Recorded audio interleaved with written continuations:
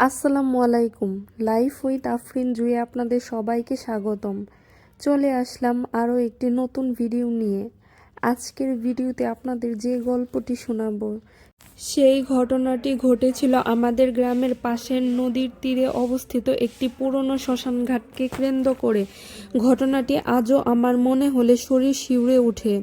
আমাদের গ্রামের পাশ দিয়ে বয়ে গেছে একটি প্রশস্ত নদী। নদীর ধারে একটি পুরনো শ্মশানঘাট ছিল। বহু বছর ধরে গ্রামের হিন্দু সম্প্রদায় সেখানে শেষকৃত্য সম্পন্ন করত। সময়ের সাথে সাথে এলাকাটির মানুষ কমে যায়, শ্মশানও প্রায় পরিত্যক্ত হয়ে পড়ে। তবে একটি বিষয় নিয়ে গ্রামের মানুষের মধ্যে সবসময়ই ভয় ছিল। প্রতি অমাবস্যার রাতে শ্মশানের মাঝখানে একটি প্রদীপ জ্বলে উঠত। কেউ জানত না কে সেটি জ্বালায়। কেউ কাছে গিয়ে দেখার সাহসও করত না। বৃদ্ধরা বলতেন ওই প্রদীপ মানুষের নয়। আমি তখন নতুন ইউটিউবার, ভৌতিক ও রহস্যময় জায়গা নিয়ে ভিডিও বানাতাম। একদিন গ্রামের কয়েকজন বৃদ্ধের মুখে এই গল্প শুনে সিদ্ধান্ত নিলাম বিষয়টা নিজেই তদন্ত করব। অমাবস্যার রাতের জন্য অপেক্ষা করতে লাগলাম। অবশেষে সেই রাত এলো। সঙ্গে নিলাম ক্যামেরা, ট্রাইপড, টর্চ লাইট আর আমার বন্ধু হৃদয়কে। রাত প্রায় 11:30। চারপাশ নিস্তব্ধ। নদীর পানি কালো অন্ধকারে মিলিয়ে গেছে। দূরে ঝিঝি পোকার শব্দ ছাড়া আর কিছু শোনা যাচ্ছে না। আমরা শ্মশানের কাছে পৌঁছেই ক্যামেরা সেট করলাম। প্রথম 1 ঘন্টা কিছুই ঘটল না, সব কিছুই স্বাভাবিক ছিল। রাত ঠিক 12টা বাজতেই হঠাৎ নদীর দিক থেকে ঠান্ডা বাতাস বইতে শুরু করলো। এক অদ্ভুত গন্ধ ভেসে এলো, যেন পোড়া কাঠ আর পুরনো ধূপের মিশ্র গন্ধ। হৃদয় কাঁপা গলায় বলল, ভাই আমার ভয় লাগছে। আমি তাকে আশ্বস্ত করলাম, কিন্তু সত্যি বলতে আমার নিজেরও বুক ধড়ফড় করছিল। হঠাৎ শ্মশানের মাঝখানে ছোট একটি আলো জ্বলে উঠল। একটি প্রদীপ, যেন কেউ অদৃশ্য হাত দিয়ে সেটি জ্বালিয়ে দিয়েছে। আমরা হতবাক হয়ে তাকিয়ে রইলাম। চারপাশে কেউ নেই, কোনো মানুষের উপস্থিতি নেই, তবুও প্রদীপটি জ্বলেছে। আমি ক্যামেরা হাতে নিয়ে ধীরে ধীরে সামনে এগোলাম। যতই কাছে যাচ্ছি ততই মনে হচ্ছে প্রদীপের আলো অস্বাভাবিকভাবে উজ্জ্বল। হঠাৎ ক্যামেরার স্ক্রিনে কিছু একটা দেখতে পেলাম। প্রদীপের পাশে একটি মানুষের ছায়া। আমি দ্রুত মাথা তুলে তাকালাম, কেউ নেই। আবার ক্যামেরার স্ক্রিনে তাকালাম, ছায়াটা এখনো দাঁড়িয়ে আছে। আমার হাত কাঁপতে শুরু করলো। হৃদয় বলল, চলেন আমরা ফিরে যাই। কিন্তু তখন আমার কৌতূহল ভয়ের চেয়ে বেশি ছিল। আমরা আরও কয়েক কদম এগোলাম। ঠিক তখনই শুনলাম কেউ যেন খুব আস্তে করে কাঁদছে, একজন নারীর কান্না। প্রথমে দূর থেকে, তারপর ধীরে ধীরে কাছে। আমরা চারিদিকে টর্চের আলো ফেললাম, কিন্তু কেউ নেই। কান্নার শব্দ স্পষ্ট। হঠাৎ নদীর দিকে বড় বটগাছের নিচে একটি সাদা অবয়ব দেখা গেল। মনে হলো একজন মহিলা দাঁড়িয়ে আছেন। চুল লম্বা, সাদা কাপড়, মাথা নিচু। আমরা স্থির হয়ে গেলাম।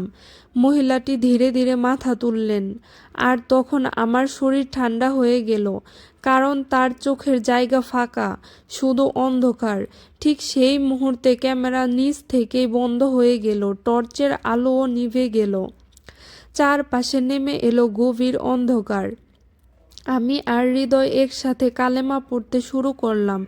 কিছুক্ষণ পর টর্চ আবার জ্বলে উঠল, কিন্তু সাদা অবয়বটি আর নেই, শুধু প্রদীপটি এখনো জ্বলছে। আমরা দ্রুত সেখান থেকে ফিরে এলাম। পরদিন সকালে ভিডিও দেখতে বসলাম। ভিডিওর প্রথম অংশ স্বাভাবিকই ছিল, কিন্তু প্রদীপ জ্বলার পরের ফুটেজ দেখে আমরা হতবাক হয়ে গেলাম। প্রদীপের পাশে সত্যি একজন মহিলার অবয়ব দেখা যাচ্ছিল। তিনি স্থির হয়ে দাঁড়িয়েছিলেন। আর অদ্ভুত বিষয় হলো, ভিডিওতে বারবার একটি কণ্ঠ শোনা যাচ্ছিল, খুব ক্ষীণ স্বরে, যেন কেউ বলছে, আমার প্রদীপ নিভতে দিও না। আমাদের গা শিউরে উঠল। ঘটনার সত্যতা যাচাইয়ের জন্য আমরা গ্রামের সবচেয়ে বয়স্ক মানুষ হরিদাস কাকুর কাছে গেলাম। ভিডিও দেখে তিনি দীর্ঘক্ষণ চুপ করে রইলেন। এরপর তিনি বললেন, প্রায় 50 বছর আগে এই শ্মশানে এক তরুণী তার স্বামীর শেষকৃত্য করতে এসেছিলেন। স্বামীকে খুব ভালোবাসতেন তিনি। স্বামীর মৃত্যুর পর প্রতিদিন সন্ধ্যায় এসে এখানে একটি প্রদীপ জ্বালাতেন। বছরের পর বছর। একদিন ঝড়ের রাতে নদীতে পড়ে যান তিনি। তখনই তার মৃত্যু হয়। কিন্তু তারপর থেকে অমাবস্যার রাতে সেই প্রদীপ জ্বলতে দেখা যায়। অনেকেই বলতো তিনি এখনও আসেন স্বামীর স্মৃতির প্রদীপ জ্বালাতে। আমরা গল্পটি শুনে হতবাক হয়ে গেলাম। কিন্তু রহস্য এখানেই শেষ নয়। কয়েকদিন পর আমরা আবার সেই ভিডিও চালালাম। এবার খেয়াল করলাম ভিডিওর শেষ ফ্রেমে প্রদীপের আলোয় একটি মুখ ভেসে উঠেছে। সেই মুখটি আমার দিকে তাকিয়ে হাসছে। আমি ভিডিও সঙ্গে সঙ্গে বন্ধ করে দিলাম। আজও সেই ফুটেজ আমার হার্ড ডিস্কে সংরক্ষিত আছে। কিন্তু আমি আর কখনো তা খুলি না।